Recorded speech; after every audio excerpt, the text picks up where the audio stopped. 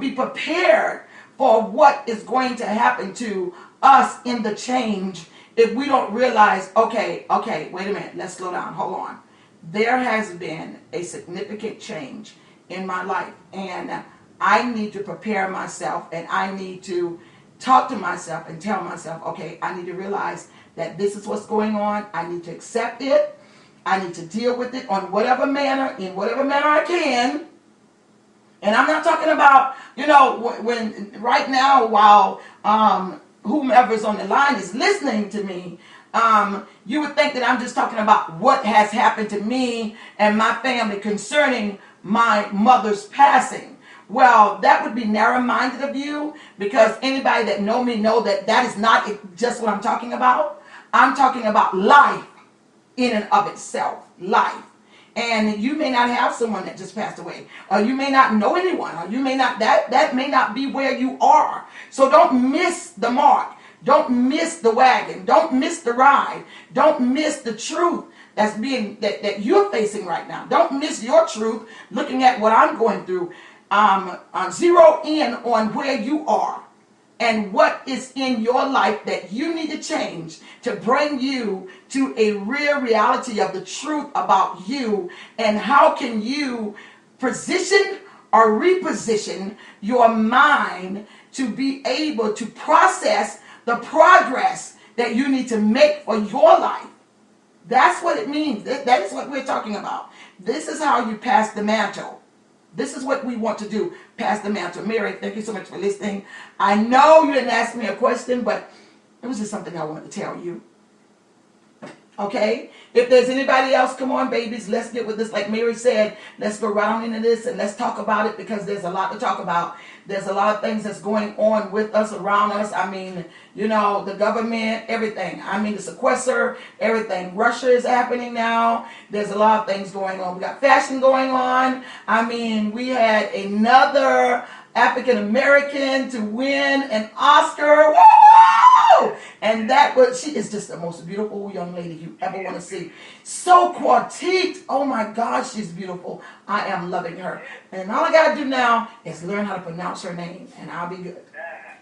I'll be good. Okay, so who's next? Who want to have something else to say? Hi, PSJ Ross. This is Giver of Light.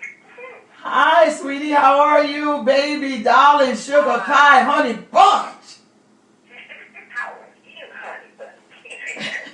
Hey, I just want to say I'm doing good, but what I'm adjusting myself to, and I was sharing with some of the people on the discussion line last night, I've reached an age where I've gone to the doctor and they're asking me to take all of these tests, and I took one of them, I think Monday or Tuesday, and I was just like, oh, I got to go by myself, and I had to just, snap myself and say, look, if you don't do this, nobody else is going to do it for you. I got a bunch of tests to take, and I'm adjusting to this, and it's going to come a time in life that you really just need to go and get a thorough physical, and go see this doctor you don't like, that doctor you don't like.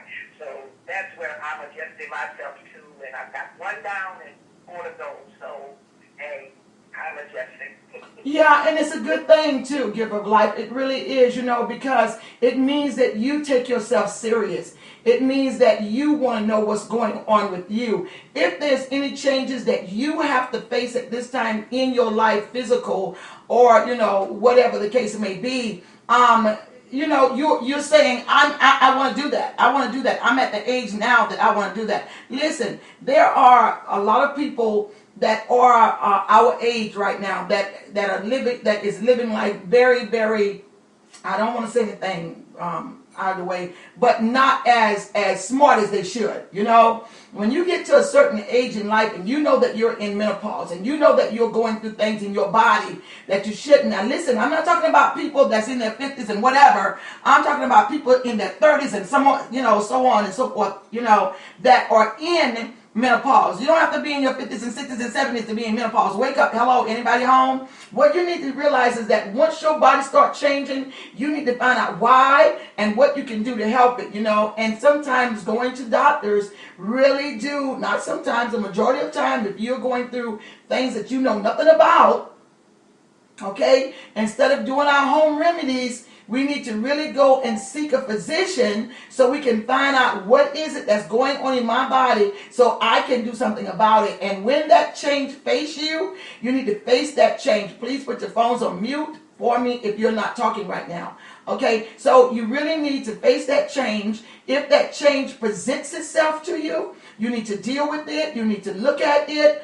For those of us that are in premenopause and going through all these changes in our mind where you can hear voices in your mind talking to you, and yes, we do that. Yes, we do. So stop lying to yourself and saying that you don't. Whenever you can look in the mirror and you talking to you in the mirror and you don't like what you see in the mirror, and even out of the mirror, you're talking about your thighs, your feet, your hips, your stomach, your hair, your lips, your nose, all this stuff you see that you don't like, and a lot of us do, then what we need to do is face that. Face that. What can I do to change that? What can I do about my breast hurting? What can I do? And I mean, we do get the mammograms and there's nothing there, but that doesn't mean that, our breast doesn't hurt, or we got an ache in our shoulder, or ache in our leg, or ache wherever. What can I do with my life to change what's happening to me in my body? And like Giver of Life said, you may have to go to the doctor, you may have to take tests and test after test after test, but that's okay because it means that you're taking your body serious. That's what it means. But if and when you do that and there's nothing found and you still feel a little weary about who you are and what's going on in your body, then that just means that you need to take a step back and look at what's going on in your mind. What are you doing in your mind? What are the things you're saying in your mind?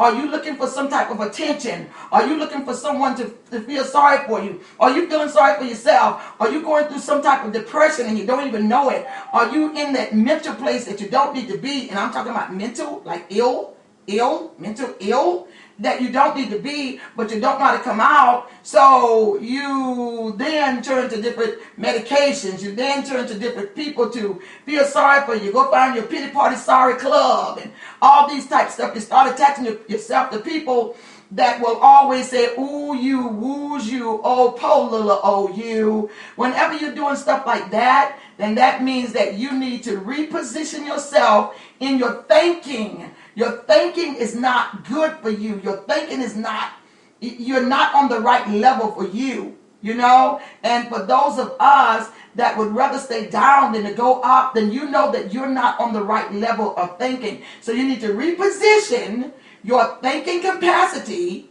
so it can help you to protrude in the right areas that you need to be for your life at this time. At this time of your life. At this time of your life, you need to look at you and see if you are in the right place that you're supposed to be in at this time in your life. And if you're not, then you need to face what you need to change so you can reposition yourself, your thinking capacity, your ability to get things done, so you can process the success of your life. How do you do that? By facing change. That's how you do it.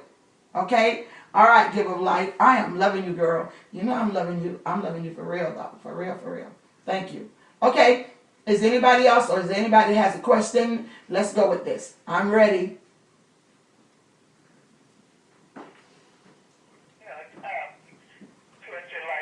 All that you were saying is just something to think about when you do go through the change in your body.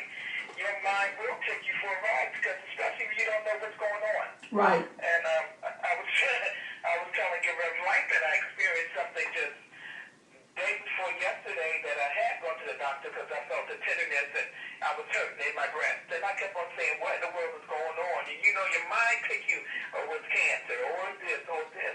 So all of a sudden, I was telling the doctor what was going on, and she done a regular little filling stuff. And she said, you got flu. Got the flu. And I'm saying, well, how in the world did I get the flu in my breast? I never heard of it.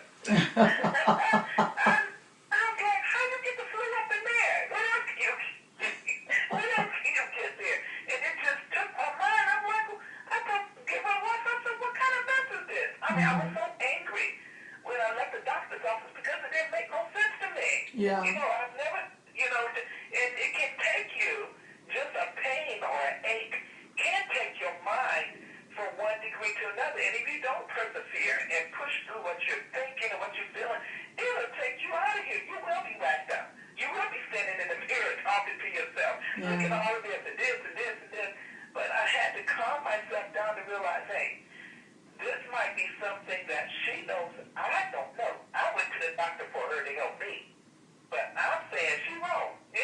Well, I mean, like flu-like symptoms are things that mess with the muscles and the tendons in your body.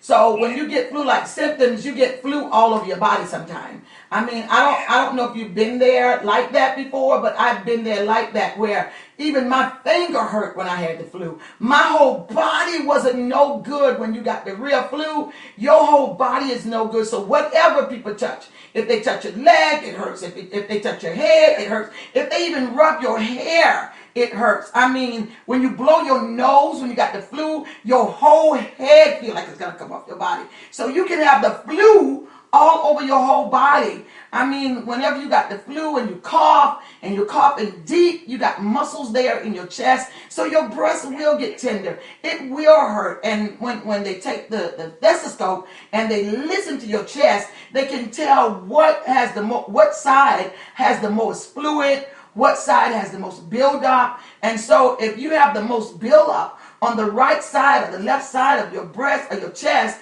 and that's where they can hear the rattling, and you start mashing that area, well, your breast will feel sore, because that's where the majority of the coughing, the expanding of your, what is that, your diaphragm and all that stuff. So doctors know what side the flu is most worse on in your body when you go there. So that would be the right diagnosis. That really would be the right diagnosis. So I mean, your foot isn't hurting, but there are times whenever you can be so sick, sweetheart, you get up out of the bed, you can have the flu, you get up out of the bed, your foot hit the floor, and it feels like somebody has blades under your foot cutting them. It hurts so bad. And when you start coughing, your shoulder hurt, your arm hurt, your hand hurt. Everything hurts. So that would be the right diagnosis. If you've had the flu, or maybe you had the flu before you went to her, well, that would be the remnants of what's left of the flu that you had. Or if you had not had the flu and you're getting ready to get the flu, then this would be the beginning of what's getting ready to happen to you with the flu. That's how that would go. Yeah, but it's just a mind thing, because it's like you said, certain symptoms we're so used to. In life, we're so used to certain things, and when it just don't click into what we're so used to, because I've had it before, but what we're so used to, then our mind will take us on a roller coaster. Yeah, and you have to press through it. And you're right, Mary. Not only that, if you have family members, let's just say I have family members that have passed away with heart attacks and all this kind of stuff, right? And so I sat down, I ate too much. And now I don't feel good. And my chest is hurting. And my stomach feel like I'm going to bust. And oh Lord, I got little sharp pains in my stomach, in my chest. And I can't breathe good. And oh Lord, I'm getting ready. Lord, please, don't let me stop. Oh Jesus, I done ate too much. Lord, please don't let my heart stop. And then here comes the onset of the mind, reminding you of people in the past and your family that died of heart attacks, and you better try to breathe. And oh girl, it takes away the fact that you done sit up on your behind and ate too much food. It takes away all that. You start talking about, I'm gonna die. I'm never gonna eat like that again. You don't have in your mind, your heart is deeply bedded down in your chest. How about you could just have indigestion from eating all that food like that? How about the food did not process?